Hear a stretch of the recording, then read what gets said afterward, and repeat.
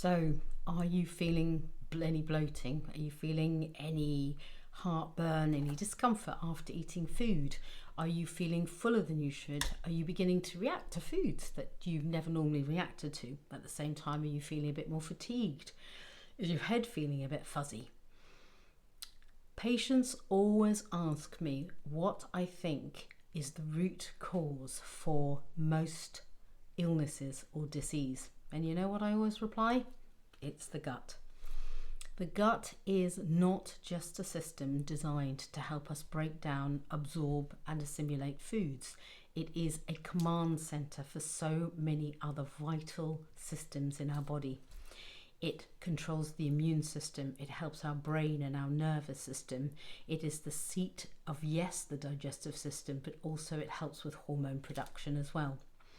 So if you're having any symptoms that are digestive, such as the bloating, bit more flatulence build-up, some IBS, discomfort, intolerance to foods that you normally have been quite okay eating before, but also you're experiencing memory, brain fog, lethargy, any anxiety, perhaps depression, which hasn't been there before, you're getting more than one cold in a year, or you have got any imbalances in the hormones, it might be due to an imbalance in your gut biome, which is a massive system, ecosystem.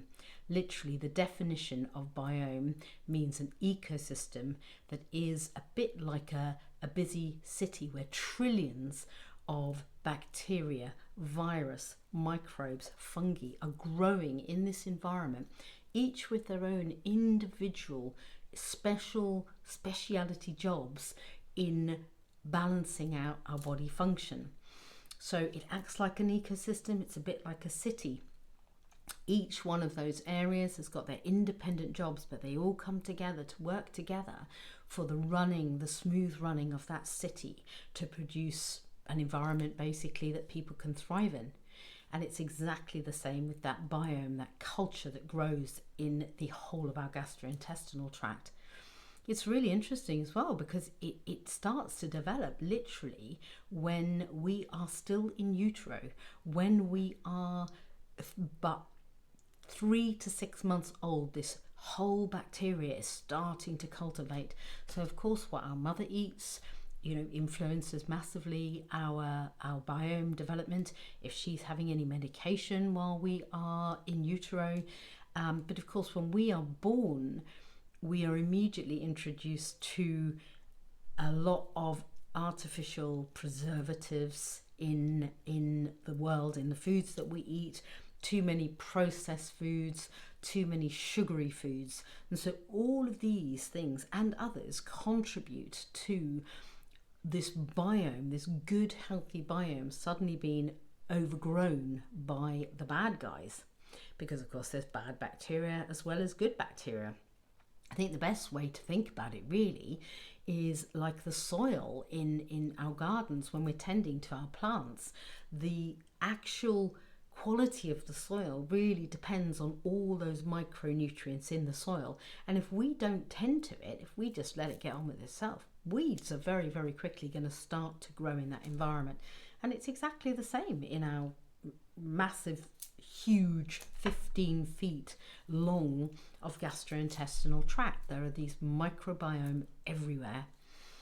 So processed food, obviously, sugary food, obviously, too many antibiotic use for sinus, tonsils, urinary tract infections, etc., can very much help to destroy this good biome that we need so much. But also stress plays a big factor in it, because if we are managing chronic stress all the time, the vagus nerve, which is a continual communication from the brain down into the gut, is very, very tight, very affected by this, and we will simply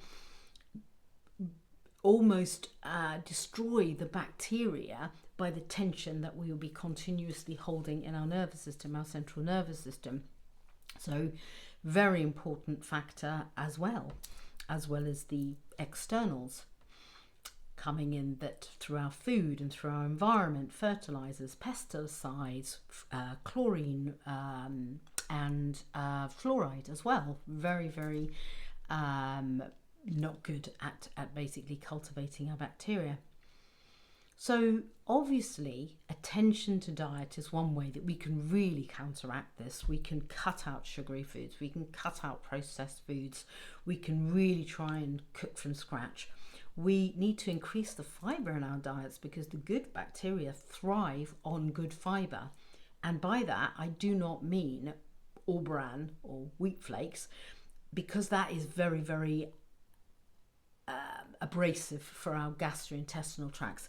I'm talking about soluble fibres, such as the fibre that's found in fruit, apples, pears. I'm talking about fibre in the form of linseeds or flax seeds or psyllium husks, because these fibres actually enhance and encourage the growth of our bacteria. Managing stress. And of course, if we have had lots of antibiotic use, trying our hardest to replace the good bacteria by taking good quality probiotics, which I'm sure you've heard brandished around. There are also another group of really helpful nutrients out there called prebiotics. And this is the kimchi, kefir, sauerkraut type of products that are available, live yogurt that widely are available in supermarkets. And if we take these, we're actually ingesting some of the cultures that feed the good bacteria. So all of these things would help dramatically in trying to get rid of the bad guys and recultivate the good guys, to restore that balance, regain that balance.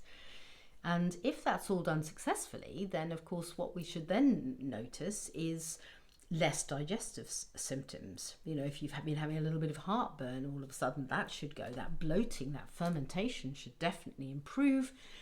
Brain fog should definitely get a lot better, as well as our immune systems obviously improving. There are some cases though when this doesn't happen, and that is another subject entirely. That is when you may have something called SIBO, which again is another word that is being brandished around quite a lot in the health community nowadays. But that's another subject entirely, and something I'm very, very happy to do a whole video on.